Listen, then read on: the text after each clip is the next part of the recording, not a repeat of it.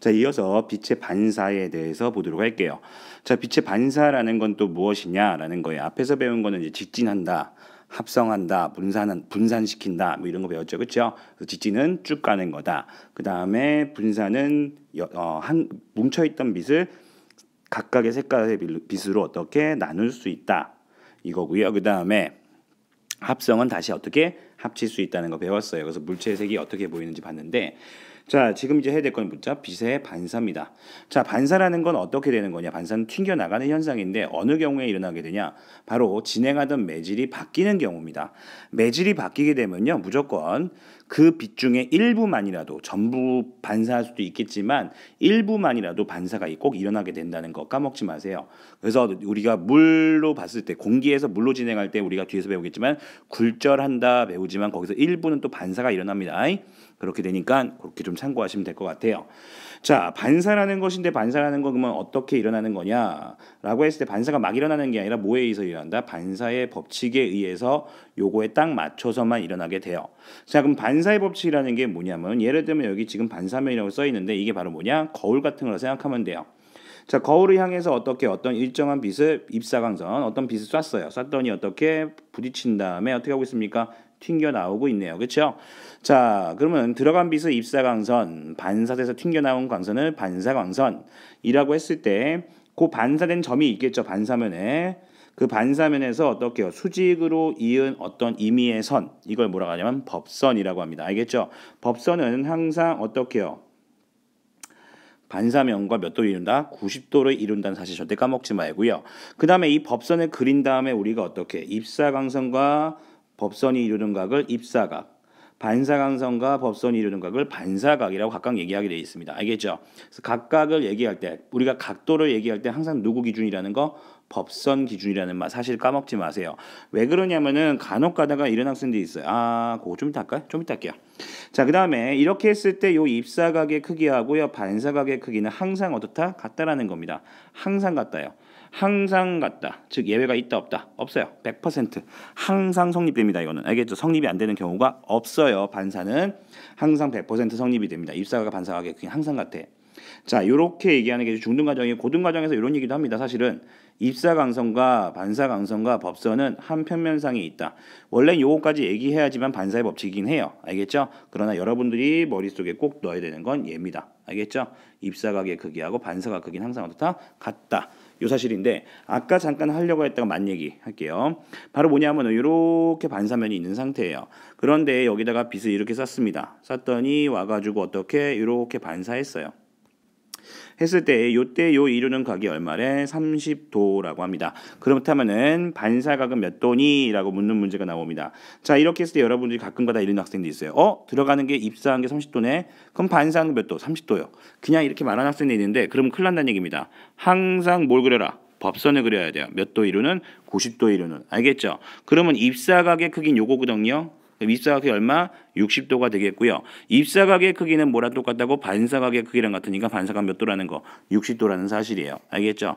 요런 거 낚이지 않기 바랍니다. 절대. 알겠죠? 그래서 반사의 법칙 한번 알아봤고요. 그 다음에 이어서 봐야 하는 게 이제 뭐냐면은 반사에도 뭐예요? 종류가 있대요.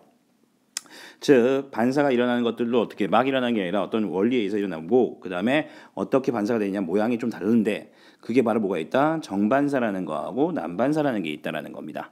정반사는 어떻게? 매끄러운 면에서 아주 매끈하게 깨끗하게 된 면이죠. 대표적인 게 거울이 되겠죠. 거울 같은 게 대표적인 예입니다. 자, 이렇게 매끄러운 면에서의 반사인데요. 이런 반사는 어떻게 되냐면 나란하게, 지금 나란하게 빛을 쏘고 있죠. 나란하게 빛을 쏘면 어떻게 됩니까? 나란하게 빛이 나가는 걸 볼 수가 있어요.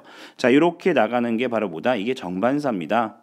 그러면 이런 정반사 같은 경우에 매끄러운 면이니까 거울이라든지 또는 잔잔한 수면 같은 데서 볼 수 있는데, 자, 정반사의 가장 주된 특징은 바로 뭐냐면은 뭐 할 수 있다는 얘기입니까? 비춰볼 수 있어요.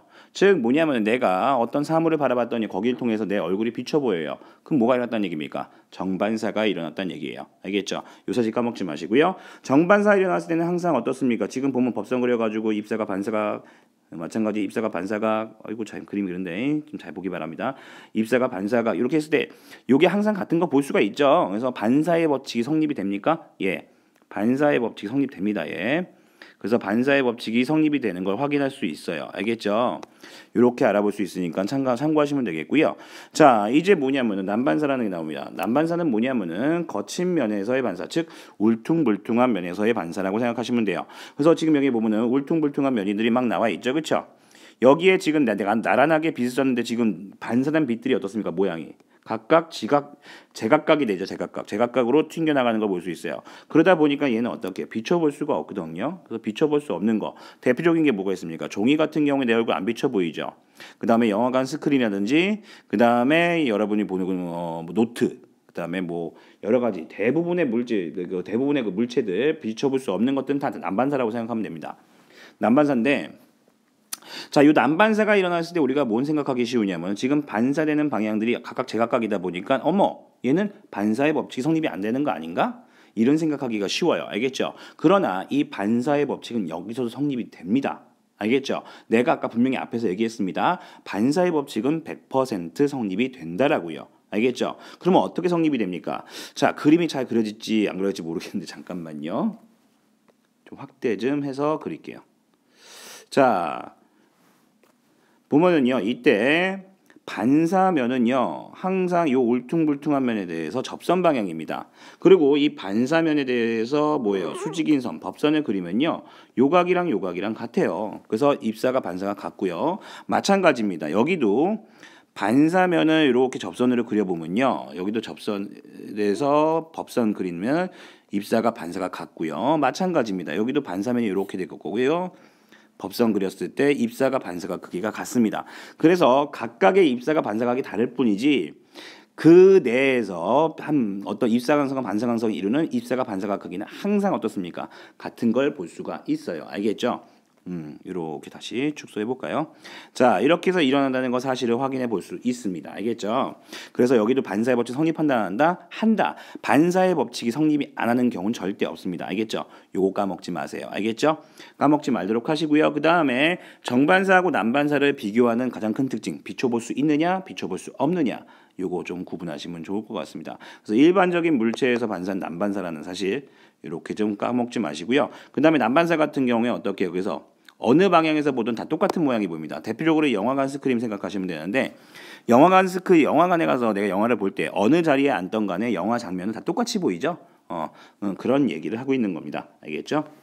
자, 그 다음에 이어서 볼게요. 자, 그러면 이런 반사라는 우리가 특징을 알았으면 이 반사들을 어떻게 할까요? 생활 속에 써먹겠죠. 자, 그 생활 속에 써먹는 예가 바로 뭐냐면은 거울이에요. 그래서 거울에는 지금 모양에 따라서 세 가지가 나오고 있어요. 평면 거울, 오목 거울, 볼록 거울이 나오고 있습니다. 자, 각각의 특징을 보면요. 평면 거울은 말 그대로 뭐예요? 평면이죠. 매끈한 면입니다. 그냥 평면이다 보니까 이건 여러분들이 이제 집에서 사용하고 있는 세면대에 있는 거울이라든지 그다음에 뭐 현관문 또는 뭐 마루에 있는 큰 거울이라든지 이런 것들이 다 평면 거울입니다. 그렇죠? 평면 거울의 특징은 뭐냐면 상의 크기가 1대1이다. 즉 무슨 얘기입니까? 보이는 모양, 크기가 바뀌지 않는다는 얘기입니다. 알겠죠? 크기는 전혀 변화가 없어요. 똑같이 보이는데 대신 뭐다? 좌우는 반대로 보인다. 자, 좌우가 반대로 보이는 거는 거의 대부분의 그 거울의 특징인 거고요. 알겠죠? 그렇긴 하지만 평면 거울에서 이렇게 나올 수 있다라는 거 사실 보시면 되겠고요. 그다음에 아마 여러분들이 문제 풀 때는 어떤 게 나오냐면 예를 들면 이런 게 나옵니다. 글자를 보는 거 이거 나오는데 만약에 내가 과학이라는 글자를 봤어요. 거울을 통해서 봤다라면 얘는 어떻게 보이겠느냐 이렇게 묻는 경우가 있습니다. 자, 이렇게 했을 때 이건 어떻게 좌우가 반대가 되면요. 요런 식으로 보이게 돼요. 알겠죠? 요런 식으로 보이게 되는데 요거는 여러분이 찾는 방법이 글쎄요. 진짜 보여주면 좀 편할 것 같은데 만약에 시험지 있잖아요. 시험지에 보기들이 있을 거예요. 모양이 맞는 것들이 있겠죠. 1, 2, 3, 4, 5번 했을 때 그 뒷페이지를 넘겨가지고 비춰보세요. 이게 불빛에 비춰서 이제 그 앞면이 어떻게 보이는지 비춰 보이는 모습이 있을 겁니다. 뒷면 통해서 그러면 그 비춰 보이는 모습이 똑바로 보이는 게 답이에요. 자, 말로만 설명하니까 참 힘들죠. 한번 보여주면 좋을 것 같은데 그렇게 찾으면 좀 쉬운 방법이 있긴 있는데 하여튼 좌우가 바뀐다 이 정도만 좀 일단 알고 가세요. 알겠죠? 자, 그 다음에 이제 오목 거울인데 오목 거울은 이제 가운데가 오목하게 들어가고 있는 거울이에요. 이런 모양의 이제 오목 거울입니다. 오목 거울의 가장 특징은 뭐냐면은 빛을 한 점을 모을 수 있다라는 게 커요. 그러면 빛을 모을 수 있는 성질 때문에 이 모으려고 씁니다. 알겠죠? 빛을 모으기 위해서 쓰게 되는데 빛을 모으기 위해서 쓰는 게 대표적인 게 뭐가 있냐? 성화채화경이라는 게 성화채화 거울 이렇게 말하긴 하는데 경이 거울 경자예요. 그러면 성화라는 건 뭐야? 올림픽 성화 같은 거 생각하면 됩니다. 이런 올림픽 성화를 어떻게 채화 불 붙이는 거죠. 성화는 성스러운 불이거든요. 그래서 얘를 어떻게 불 붙일 때 신의 어떤 기운을 받는다. 그래서 태양빛을 모아서 불을 붙입니다. 그 태양빛을 모을 때 이런 오목거울을 이용한다는 얘기입니다. 알겠죠? 자, 그다음에 자동차 전조등 같은 경우에는 어떻게 되냐면은 자동차 헤드라이트라고 하죠. 앞에 불빛. 이거 같은 경우는 어떻게 해요? 자동차가 밤에 밝게 앞을 볼 수 있도록 해야 돼요. 그러려면 최대한 어떻게 해요? 전등에 있는 빛을 모아서 앞으로 쏴줘야겠죠. 그래서 그 전구의 뒤쪽에 오목거울이 들어가서 이렇게 반사되는 빛들이 모여서 갑니다. 알겠죠? 이렇게 될 수 있고 등대도 마찬가지 같은 원리고요. 손전등도 같은 원리입니다. 알겠죠? 그래서 오목거울은 빛을 모으는 데 사용한다. 이렇게 생각하시면 됩니다. 알겠죠? 그 다음에 볼록거울은 어떤 특징이냐? 이렇게 가운데가 볼록하게 튀어나온 거죠. 양쪽 끝보다. 자, 이렇게 되는 게 볼록거울인데 볼록거울은 어떻게 지금 밑에 봐서 알겠지만 빛을 퍼뜨립니다. 빛을 퍼뜨리게 되는데 퍼뜨리면 별로 쓸모가 없어 보이죠. 그런데 거꾸로 생각하면요. 빛이 거꾸로 온다고 생각하면 빛이 어떻게 거꾸로 이렇게 와가지고 어떻게 해요? 요 한 시야에 보죠.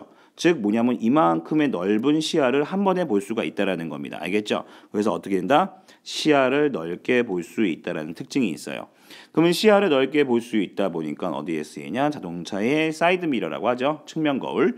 측면 거울 같은 경우를 볼 수 있겠고요. 그다음에 구분도로 주차장에 있는 거울, 동그란 거, 주황색 거울 있죠? 그런 거 같은 경우는 시야를 넓게 보는 게 목적이고요. 그다음에 슈퍼마켓 감시용 거울이라고 하는데 이건 뭐 여러분들 편의점 갔을 때 이제 구석에 있는 거울이라고 생각하시면 됩니다. 알겠죠?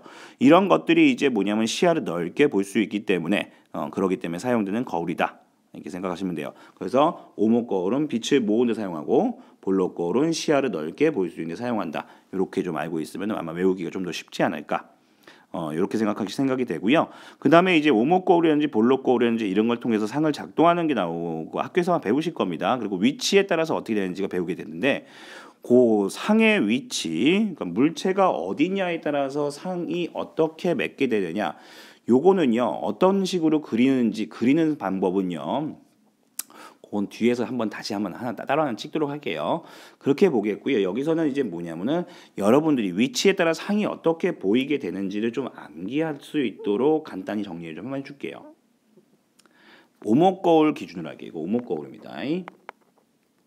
오목거울은 어떻게 되냐면 빛을 한 점에 모을 수 있다 했으니까 빛이 한 점에 모이는 것을 초점이라고 그래요. 그 다음에 여기 거울서부터 초점까지의 요 거리의 2배가 되는 곳이 뭐냐면은 구면 중심이라고 하거든요. 그냥 중심이라고 적을까요? 중심이라고 쓸까요, 그냥? 구면 중심이라고 하는데 그냥 이렇게 좀 외워놓으면 편하지 않을까? 구분해 줄게요. 구면 중심을 여기 기준으로요. 여기 바깥에 물체가 있을 때와 안에 물체가 있을 때 보이는 상 모양이 달라요. 알겠죠? 그럼 어떻게 다르게 보입니까? 만약에 내가 중심에서 바깥쪽에다가 물체를 놓게 되면 어떻게 되냐면은 원래 크기보다 작게 보여요. 축소돼 보입니다. 그리고 이 중심보다 안쪽에 있으면 어떻게 해요? 원래 크기보다 확대돼 보인다. 더 크게 보여요. 이런 특징이 있고요. 그 다음 하나 더 그리면요. 초점을 중심으로 했을 때 초점보다 바깥쪽에다가 물체를 갖다 놓으면요. 이쪽에다 갖다 놓게 되면요. 거꾸로 선상이 생겨요. 거꾸로 선상. 즉 거꾸로 뒤집혀 보인다는 얘기입니다. 그렇게 되고 이쪽에 있으면 똑바로 여기 초점 안쪽에 있으면은 똑바로 선상이 돼요. 똑바로 선 모양으로 보인다는 얘기예요. 자, 이렇게 된다는 얘기인데 예를 들어서 뭐냐면 여기다가 내가 물체를 갖다 놨어요. 여기다 물체를 갖다 놨으면 그 물체는 어떻게 보입니까? 어떻게 보이긴요? 축소돼 보이고요. 거꾸로 선상으로 보인다는 얘기입니다. 만약에 여기다가 물체를 갖다 놨을 때 어떻게 보인다? 원래 크기보다 확대돼 보이면서 거꾸로 선상이 보인다는 얘기고요. 그 다음에 만약에 초점보다 안쪽에 있으면요. 어떻게요? 또 크게 보이는데 똑바로 선상이 보인다는 얘기입니다. 알겠죠? 똑바로 선 모습으로 보인다는 얘기예요. 자, 이렇게 좀 암기하는 방법이 있어요. 그러니까는 그걸 좀 이해하고 싶으신 분은 나중에 뒤에서 한번 그 강의를 한번 보도록 하시고요. 어떤 식으로 작동하는 방법은 그렇게 하시고 여기서는 그냥 이렇게 위치에 따라서 상이 이런 모양이 되는구나. 이렇게 좀 알고 가시면 좋겠고요. 참고 삼아 하나 더 말해주면은 여기 중심 위에 있으면요. 상의 크기가 1대1로 보여요. 1대1로 보이는 거꾸로 선상이고요. 그 다음에 초점 위에다가 물체가 뜨면 전혀 보이는 게 없습니다. 알겠죠? 물체가 상을 못 맺어요. 그 다음에 하나 더 얘기하면은 볼록 거울은 어떻게 됩니까? 볼록 거울은요 무조건이에요. 어느 위치에 있던 간에 원래 크기보다 작고요. 그 다음에 똑바로 서 보입니다. 알겠죠? 축소돼 보이고 똑바로 선상이 보인다. 이렇게 알고 있으면 될 것 같습니다. 알겠죠? 자, 그래서 여러분들이 지금 현재 전체적으로 반사에 대해서 쭉 한번 정리했으니까요. 요거 한번 확인하도록 하시고요. 요거 이어서 뒤에서는 이제 굴절에 대한 얘기를 좀 진행해 보도록 하겠습니다. 자, 수고했습니다.